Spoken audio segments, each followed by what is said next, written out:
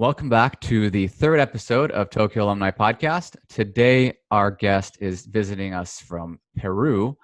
He is a product of two international schools, St. Mary's and ASIJ.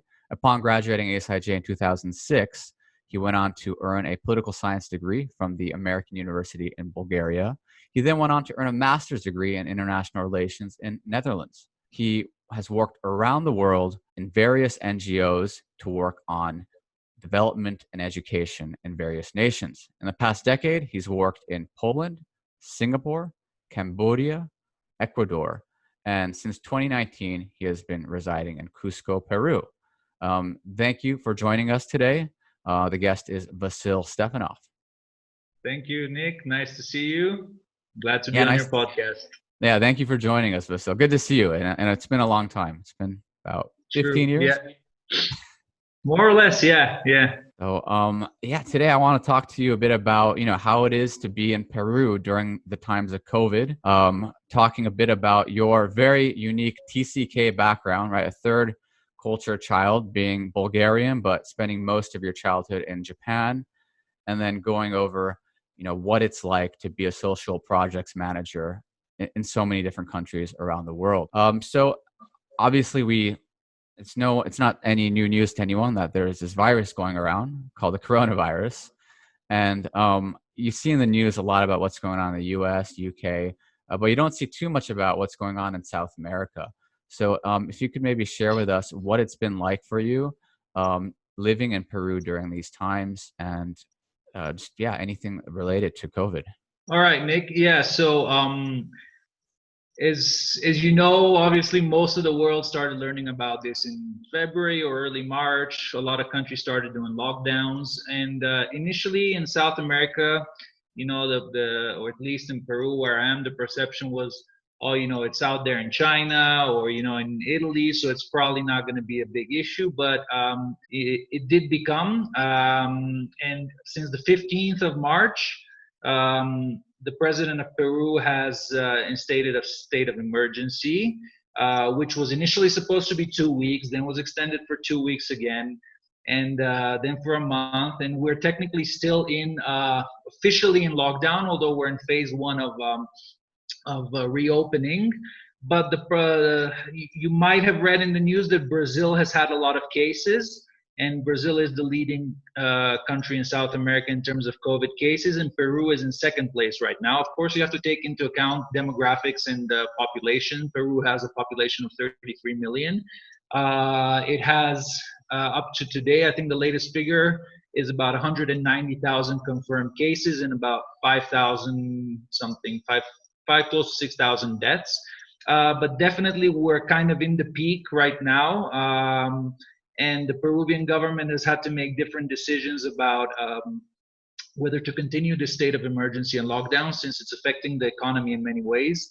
Where I am, Cusco is a very tourist-based city. 70-80% of the economy in Cusco is based on tourism. And the fact that there's no international flights coming into Peru right now has affected the country majorly. They're saying that close to 14% of the GDP, annual GDP, might be wiped out because of the COVID crisis. However, in terms of like the scare of the virus, Cusco is not such a hot spot because it has managed it fairly well, and the population of Cusco is not so dense, whereas in the capital Lima is where 90-95% of the cases are.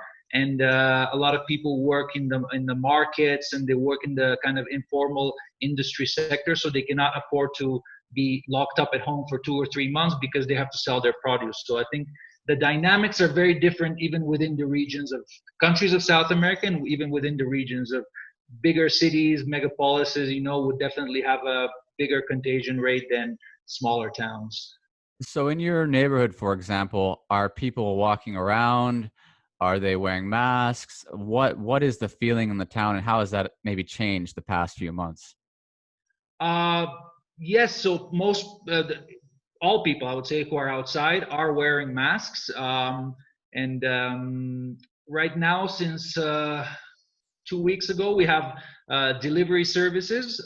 So the restaurants are not open, but they can do delivery services. So I order in almost everyday food, and the guy who brings the food. They always come almost in full body protective suits, in masks, they in gloves. So it's actually they're taking it very seriously for sure. If you see some of the pictures on TV, again, like I told you, from Lima, where there's a bigger population and people are crowding in markets, and it seems to be more chaotic there. But where I am, and in my neighborhood in particular, people try to maintain a distance. In the park, you would have one person, or a father and a child sitting on a bench or in the park, but you would not see like a big congregation. All sport events and concerts and so forth have been banned as well. They're thinking of restarting some of the sports leagues by the end of the month. Obviously, as you've seen in a lot of parts in the world, the games are going to be played without any supporters. So when it comes to social infrastructure and healthcare, I imagine it's a little different there too in Cusco compared to Lima, and of course Lima compared to maybe other cities in the world. Has Peru been able to handle the load so far? What is the outlook like? So Peru's healthcare system, in a lot of South American and Central American countries, obviously do not have a very developed healthcare system. So Peru has had struggles in terms of ICU beds, protective material, and gear and so forth. But from as far as I understand, what the Peruvian government has tried to do is search for help from other countries and been very good in the diplomacy side. Like recently, and it's interesting since you're in Korea, the Korean government sent 50,000 test kits to Peru, and it was directly negotiated by the Peruvian government, and the Peruvian president is very much in touch with the Chinese authorities, with the Korean authorities, countries that have kind of gone through it already, and especially Korea is given as shown as an example of how well they have dealt with it. So there are things that are, of course, need to be patched along the way. More ICU beds, more oxygen, and so forth. In Cusco, there's several private hospitals as well. So all private hospitals are attending COVID patients as well. But there are some poorer regions, especially closer to the Amazon, in the Amazon region, like Iquitos, Loreto, which were smaller towns that were strongly affected in the first month or two of the COVID crisis. And these towns had only like 6 or 7 or 8 ICU beds. So the government had to reallocate funding and reallocate a lot of technical material and personnel to kind of help in these regions, because a lot of the healthcare is centralized in the big city. That's fascinating to hear that. You said 50,000 test kits were sent from South Korea. Yeah, indeed. And Peru has, in that realm, has done a good job of testing. Out of 33 million people, over 1.2 million have been tested. So many are with rapid tests as well, but at least they're keeping a realistic number on it, because you realize many countries say, "Oh, we don't have a COVID problem," but many people have gone through without even knowing that they've had the disease. So Peru is trying to track and at least kind of test as much as possible in the coming months as well. Wow. And earlier you mentioned about Brazil. Is there a feeling, because what is weird about and sort of unique about this whole COVID is that the borders, obviously you can close borders in terms of flights, but people are still going to travel by foot. It's almost impossible to completely stop travel between nations. In South America, obviously Bolsonaro's policies have been, I guess, a sort of euphemistic way to express it would be he's been very optimistic about the outlook of the disease. And has there been frustration by other Latin American countries? Are the countries that border Brazil, which are a lot of them, and the areas close to those borders, has there been any reaction by other South American countries in regards to Brazil's policies? Not that I've heard of. I think most of the countries are, of course, trying to kind of focus on their own internal problem with the COVID, but there has been a lot of intergovernmental dialogue in countries, except maybe Brazil in this case, because of Bolsonaro's stance on keeping the economy open. But what I'm aware of is that the countries like Peru, Ecuador, Colombia, I think that the presidents of these, in Chile, the presidents of the 4 or 5 countries have been in very close touch with each other and trying to kind of more or less phase the approach. Obviously, it's different in different countries in terms of the numbers and the medical system. Ecuador was very strongly affected in the first month. Then it kind of carried over. So I think currently Peru is having more of a percentage growth of the disease, of the virus spread than is Ecuador. Colombia has been managing it more or less all right. Chile is also on the rise. So I know that the governments are in touch with each other to, of course, one country cannot reopen if all its neighbors are closed, so it doesn't really make sense. So I think they're trying to more or less phase their approach towards recovery in more or less the same timing, as much as that would be possible. So I know that within July they're going to open more national travel within the country, and then from August is the hope is that flights and companies like Avianca, LATAM, who are strongly based in this region, are going to be able to cross and do international flights as well. Yeah, fingers crossed that by the summer, hopefully we'll be all traveling, at least more frequently than the past few months.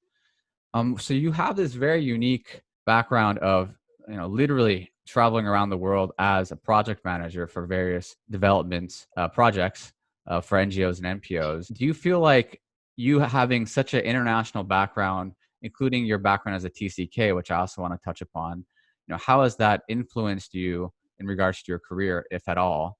And maybe if you can review with us, again, your incredibly unique background of being Bulgarian, but spending most of your time in Japan. So a classic TCK. Yeah, so definitely right on point on your question. Has it affected my career? Definitely, my studies as well. So in terms of the background, and is also from the family background, because my mother was working as a diplomat in the Bulgarian embassy in Japan. So I kind of grew up in that field of diplomacy, international relations. So that's what connected me. And the very first time I came to Japan, I was 2 years old. So I grew up even before the international schools, I was actually in a Japanese kindergarten for 4 years. So, I mean, I grew up at home speaking Bulgarian, but during the day, speaking Japanese and learning Japanese almost as bilingual.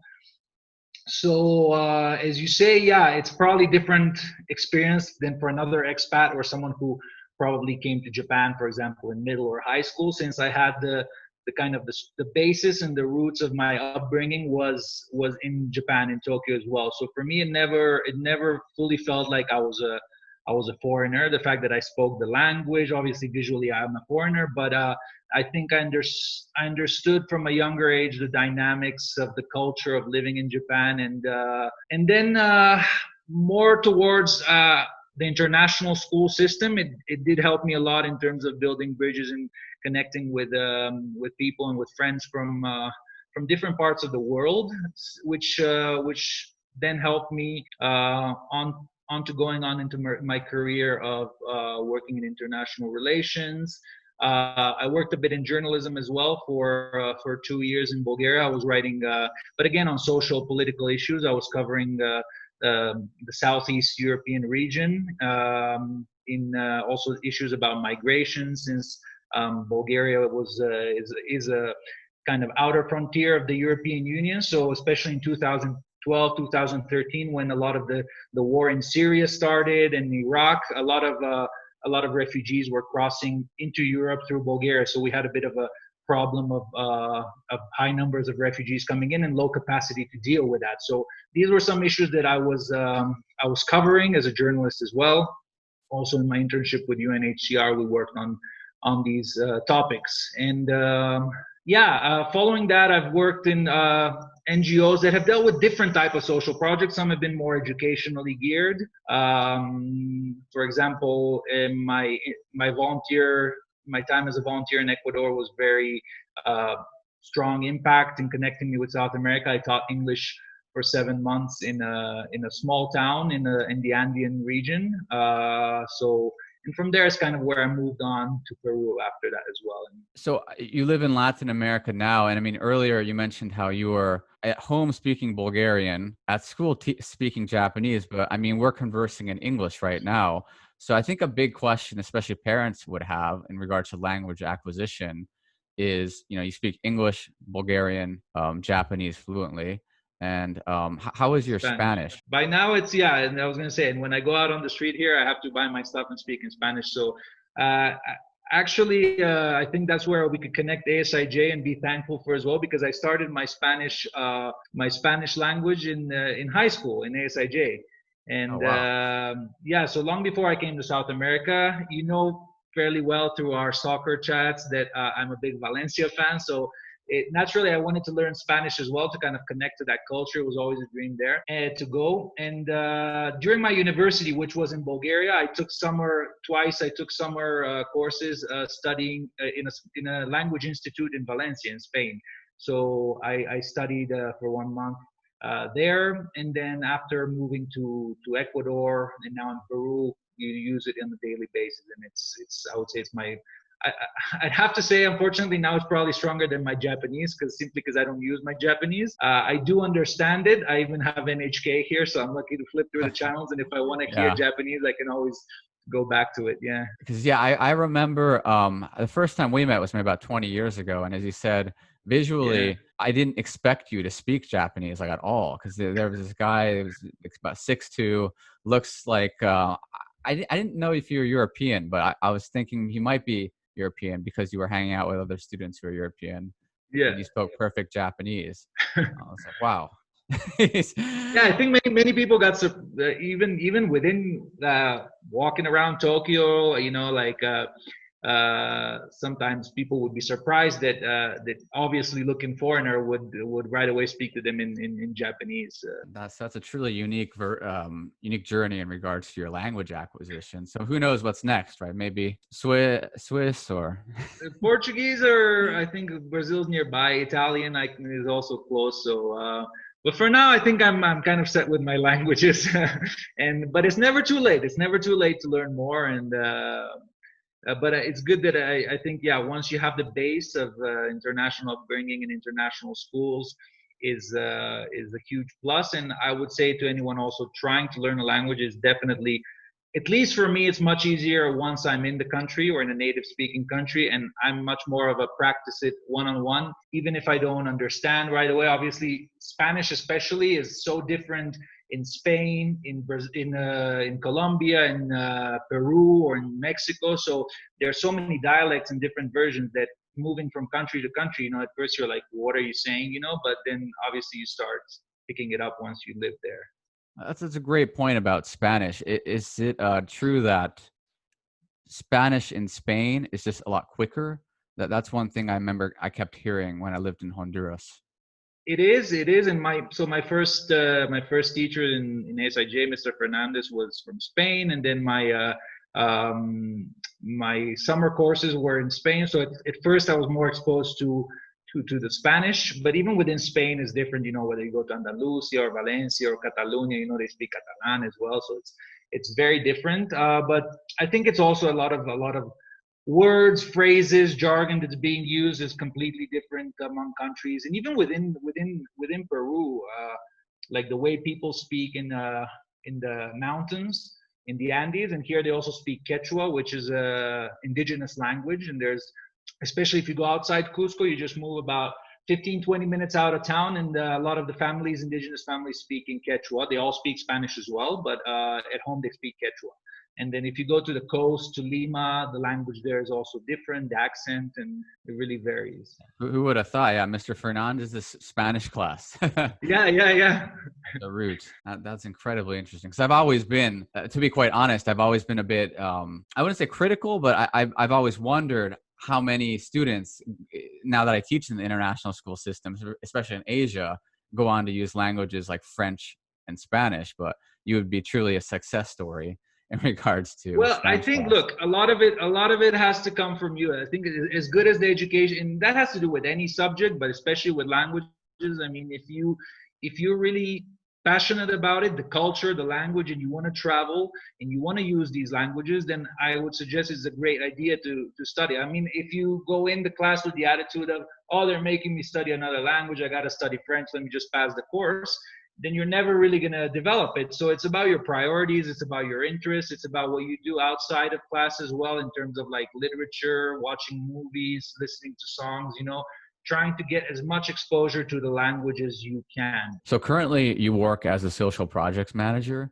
So, I mean, that I imagine entails quite a bit of responsibility depending on what type of project you're doing. Obviously, the roles must change. So in a nutshell, what got you involved in it, and how has it been having to adapt to new countries like left and right? I mean, for a guy who's still in his early 30s, you have quite the resume in regards to the versatility of locations. So can you maybe share with us what exactly does the job entail, and how has it been working in so many places? I'd have to answer the question, well, I'd have to pull back a bit and run through from my internships and like kind of my post-graduation study and what I did.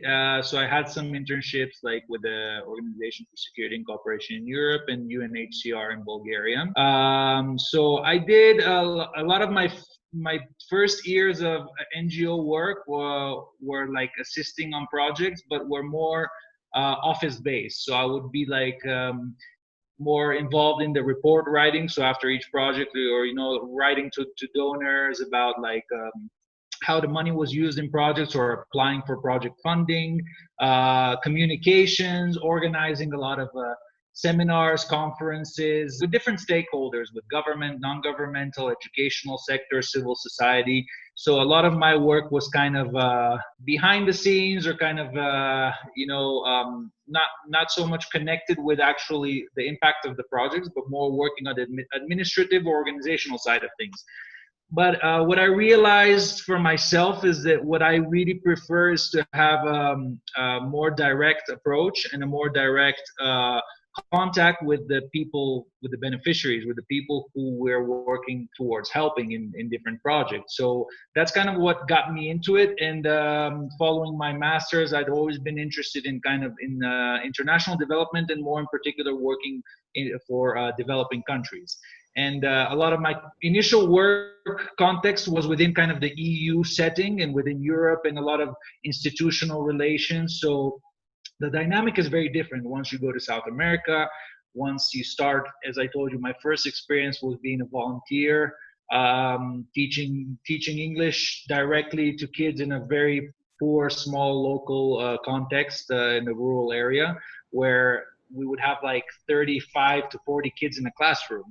So you can imagine how difficult, and I didn't have any experiences in teaching for that, but it was more like about assisting the local, because they don't have capacity. A lot of the local English teachers, especially in these rural parts of Ecuador, did not have exposure to international methods or international teachers at all. So for them, it was a blessing to have someone who would, I mean, I'm not a native speaker, but obviously I've been studying in international schools my whole life. So I do feel English is my almost like a maternal language. So I was helping them there with teaching English to the kids and to high school as well. And then jumping from that to, like you mentioned that currently, and in the last year in Peru, I've been working as a project coordinator for social projects. And we worked with teams of international volunteers. So my job was, first of all, to give like orientation, introduction to our foreign volunteers who were coming to Peru, to explain to them about the situation in Peru, on which project they will be working. So we had projects in different areas: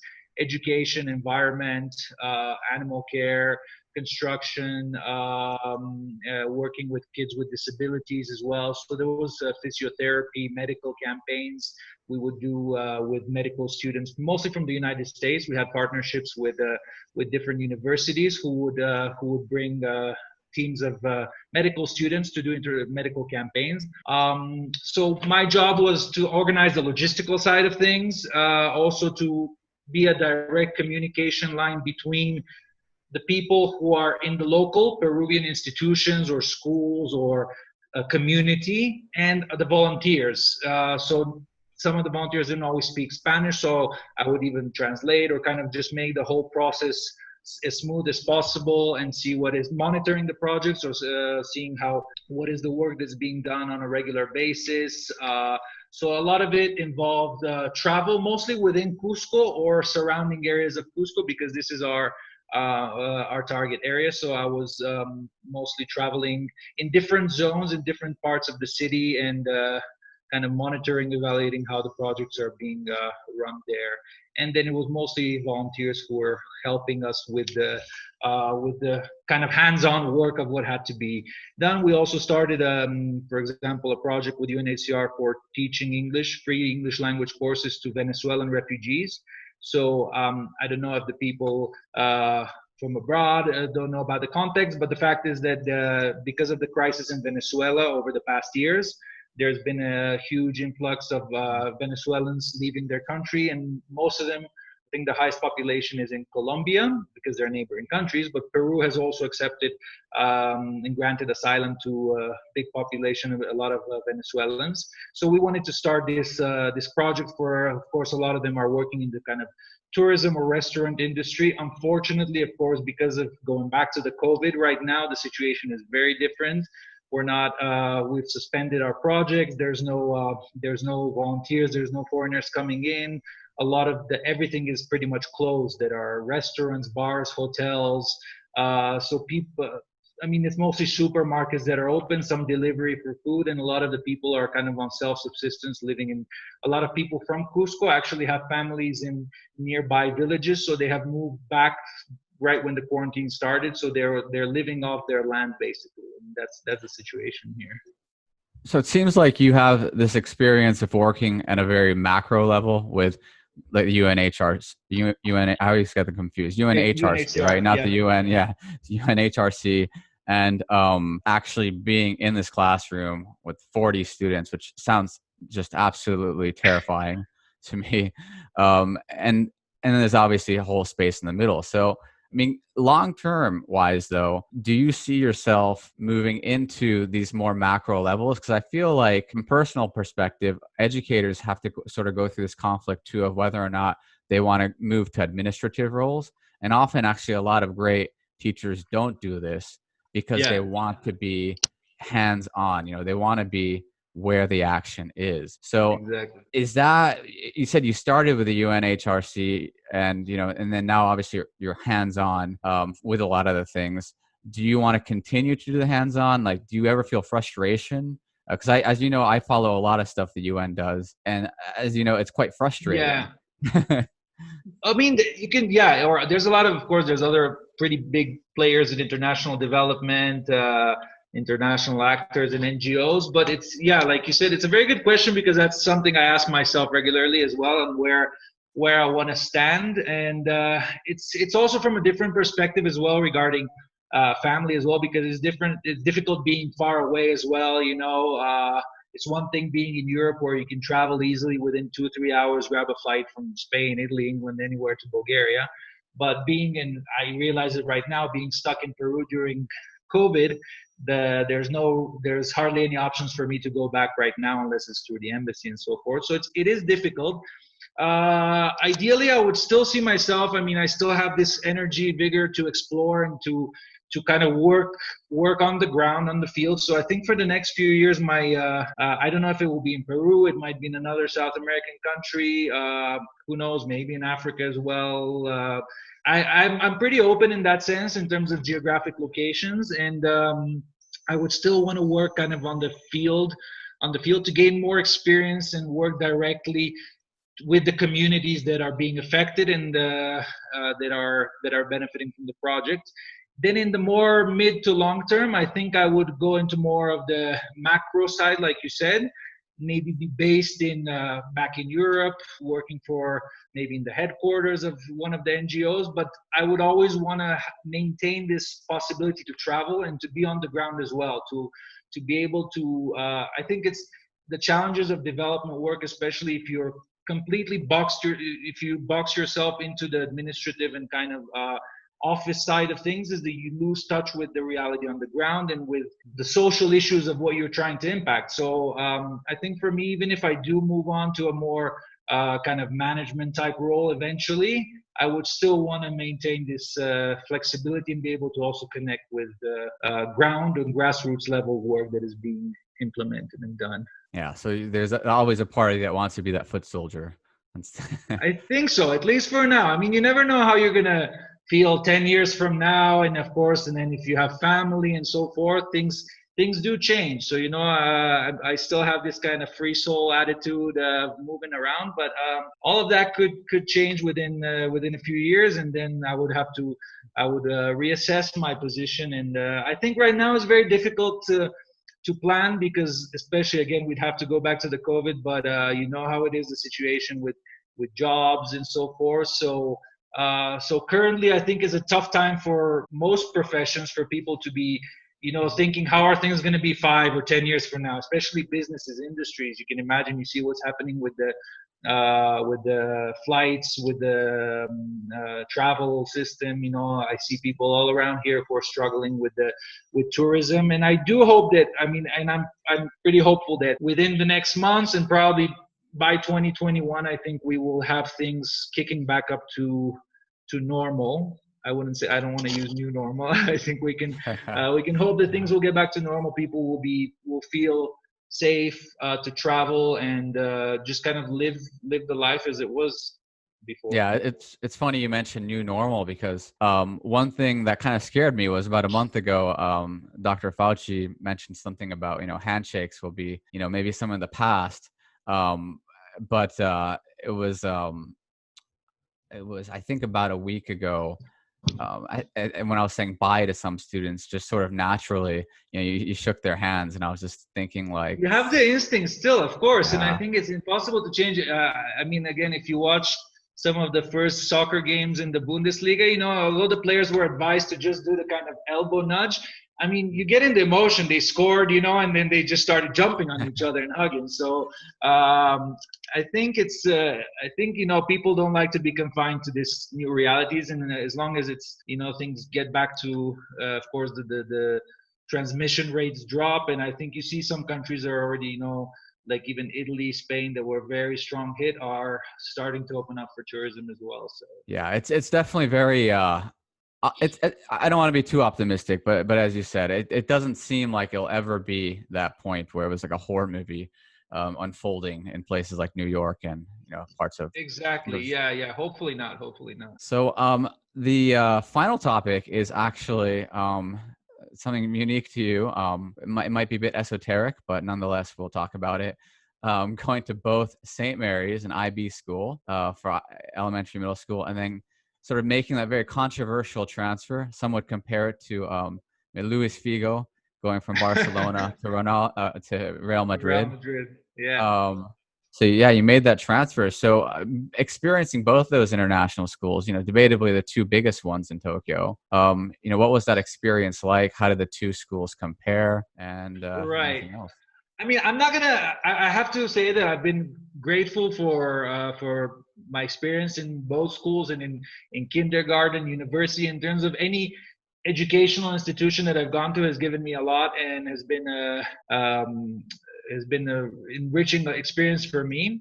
And of course, the other part is that you have to take into account the time of your life, or which part of your life. So I was in St. Mary's in elementary school and through into middle school, whereas ASIJ was my high school experience. So it's very different, of course.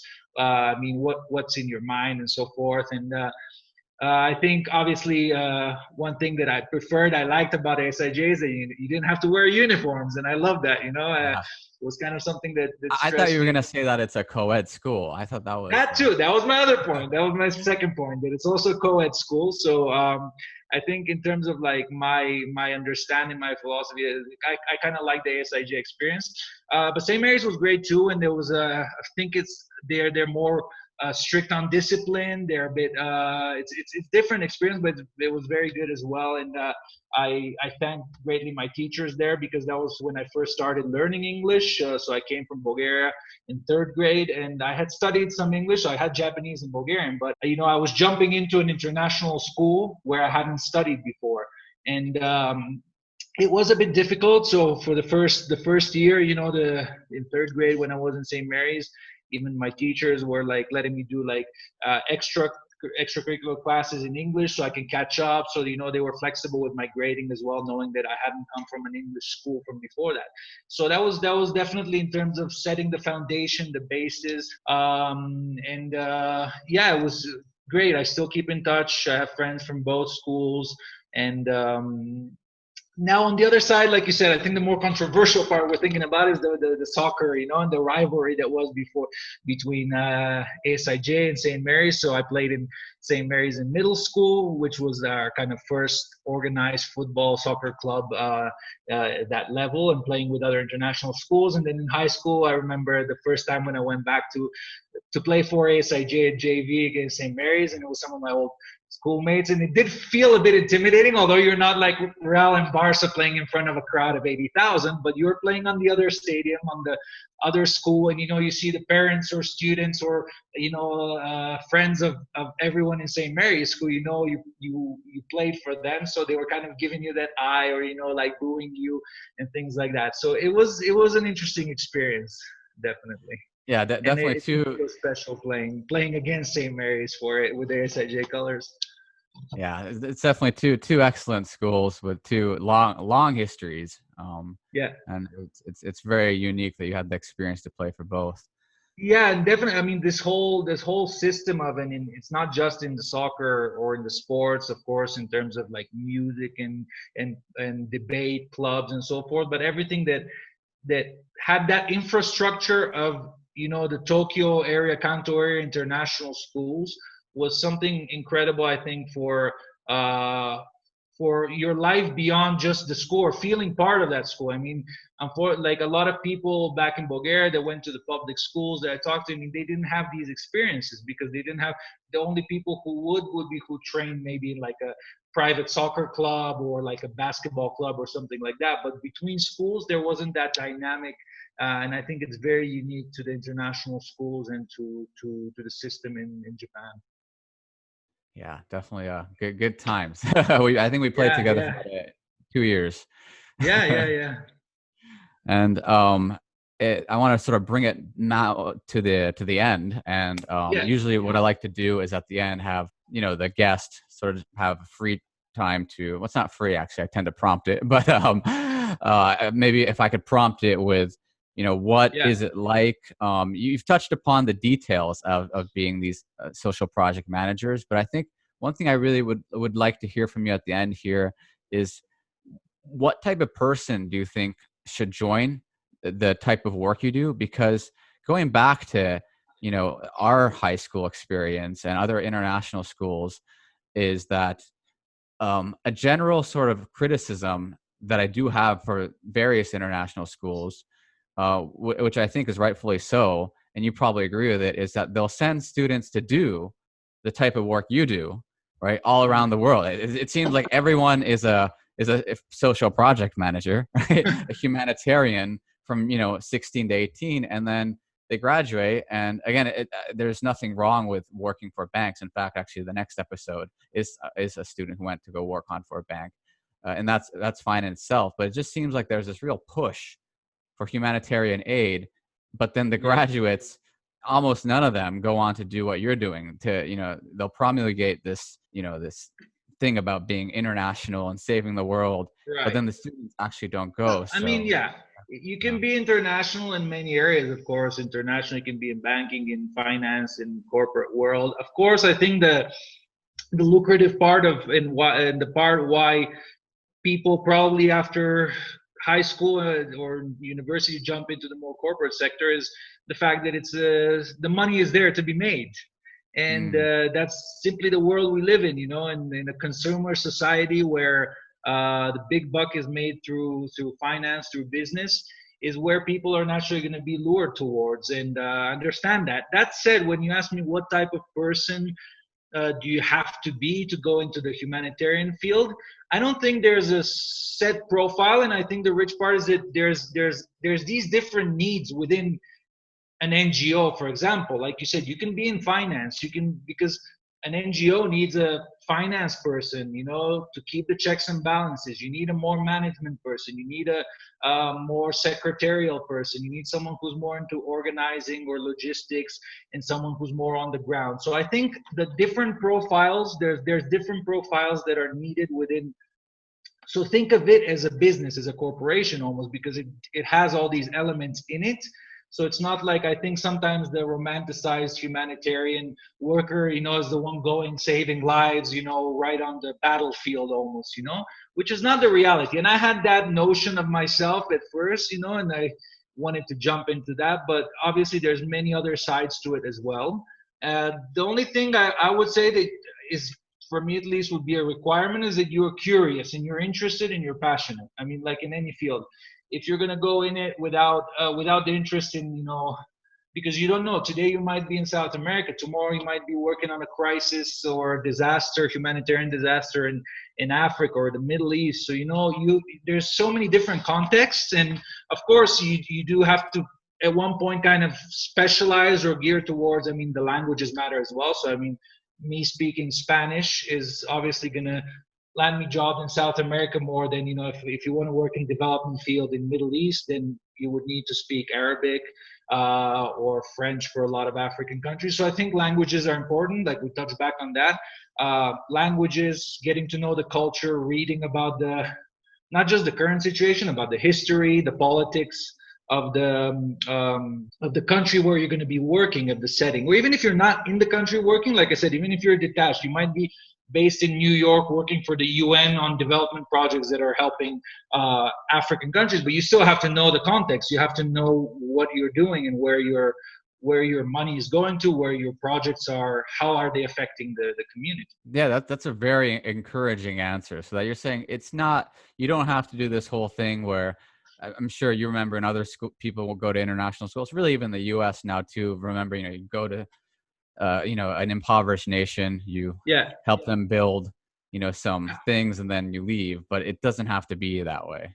It doesn't, but I think that experience is definitely good, and what it does is kind of it opens that perspective to you. I mean, if you've been only in your own school in the States or in Japan, and you've never gone to a developing country, and that's how a lot of the volunteers that I work with here were coming from these kinds of settings. That they have never, they're young kids that were just out of high school, and we'd help them kind of adapt here and work in the setting. And it's a cultural exchange, and it's also, I mean, like I said, I would say that it is good for anyone who would want to go into even if you don't go into that field, even if you go into another field, I think having that perspective and experience. But like you said, it has to be more than just that, or see how you can build on that. So it's not like, oh, okay, if you want to do it just as like a memory, okay, I went for 1 week or 2 weeks, and I kind of helped there, great, I did great work, I got to know the country, and then you want to go back into kind of your own bubble or your own space of comfort, that's absolutely fine. But if you do want to work in that dynamic international setting, be it in education, be it in humanitarian, be it in business, I think it's important that you, as early as possible, get as much exposure and kind of confront your doubts, your fears about going to somewhere, where you read only in the news that, oh my God, I still get people, I'm in South America, and people who've never been here, even friends back in Bulgaria, right? They say like, oh, is it like we see on Netflix, people shooting each other, drug cartels, so you get this kind of prejudice. So I think the only way you can really understand that what is the reality is by going to those countries and living there for at least some time, to get to know the culture, not just passing by as a tourist, taking a few photos of the landmarks and kind of going back home.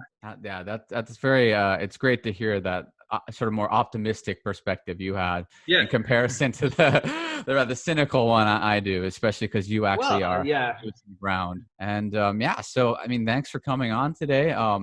Probably the farthest person geographically, right? So thank you to Zoom. Yeah, we're so far that we're almost close. I gotta cross in from the other side. I think one thing that I didn't mention, if you want to fit it into that as well, the cultural side, is the interesting part that Peru has a very strong Japanese influence, actually. And about Brazil as well, but there's a lot of Nikkei here, and like Japanese second or third generation Japanese residents who moved into Peru. So one thing I don't miss, for example, and because I love Japanese food, is I have a lot of accessibility. Actually, where in my building on the third floor is a Japanese lady married to a Peruvian who have a Japanese restaurant, and now they're doing deliveries of like sushi, oyakodon, and so forth. So ramen, udon. So it's been great for me, because there's that kind of seed of Japanese culture that is within Peru, and a lot of the like even Peruvian ceviche, which is kind of a mix of like sashimi, is the cuisine is very much influenced by Japanese and other Asian cultures who have come to Peru. So it's great. Yeah, I'm incredibly And again, jealous. I want to use the time to, of course, right now is unfortunately borders are closed and things are not the great for travelers, but yourself and anyone else who is who has plans to travel, I would recommend that you come to Peru, and you hit me up before that if you wanna come, and I can give you advice and we can meet up for sure. It'd be great. So Cusco, Peru. And how far would Lima be from where you are? Lima you should take a flight. Lima is about an hour and 15-minute flight from here. By land, it's a bit long because Cusco is very high altitude. I'm at 3,800 meters, which is like, I don't know in feet exactly. You'd have to see it, but it's very high. It's very high. It's playing soccer here is very difficult. You can trust the locals run like crazy, but 15-20 minutes running fast pace here and you're out of breath. So yeah, well, I mean, I'm out of breath anyways, regardless of the altitude. But yeah. And that's why in Bolivia, Brazil can never win there because it's so difficult for the Brazilian players to play in Bolivia. That's true. That's really interesting. So yeah, on that note, I mean, Bolivians beating Brazilians at soccer. Today we spoke a bit about COVID-19 real time. So I'm actually, again, I know I'm pessimistic about certain things, but I'm optimistically, I hope we can look back at this podcast a year from now, 2 years from now, and be like, I remember those days. Yeah. Hopefully things are going to be better. I really hope so. It's great talking to you about just the experience of being involved in all these NGOs, NPOs. I actually wasn't aware that you were involved with UNHRC till today. That was really interesting to hear. And the St. Mary's ASIJ rivalry, I hear it's actually kind of disappearing now, which is unfortunate because it was, as you remember. It was, yeah. It was very much the Clásico. I still consider it the Clásico in Tokyo, ASIJ St. Mary's. And most of all, it was great for me to be able to catch up with a friend through this. Sure, same here. Great program. So soon we'll talk about Premier Leagues restarting, and although we know who the champion is, but unfortunately, yes, but we don't have to talk about that today, or ever maybe. And I mean, thank you for being the third guest. I'm hoping a lot of the people early on we can have you come back, and then maybe we can really hone in on more, esoteric niche subjects. Definitely, whatever you want, I'm available right now. And I think that the only good part about the COVID and the lockdown is that it's given us time to kind of reconnect with people, read more, watch more movies, just kind of like educate yourself on a different level, and we will never have this flexibility and time that we have right now, so at our hands, so we should use it. That's a great point. So on that optimistic note, I want to say thank you, and please stay safe, and I'll see you again on episode, I don't know, we'll see when. 125. 125, all right. Lock me in for that. Cool.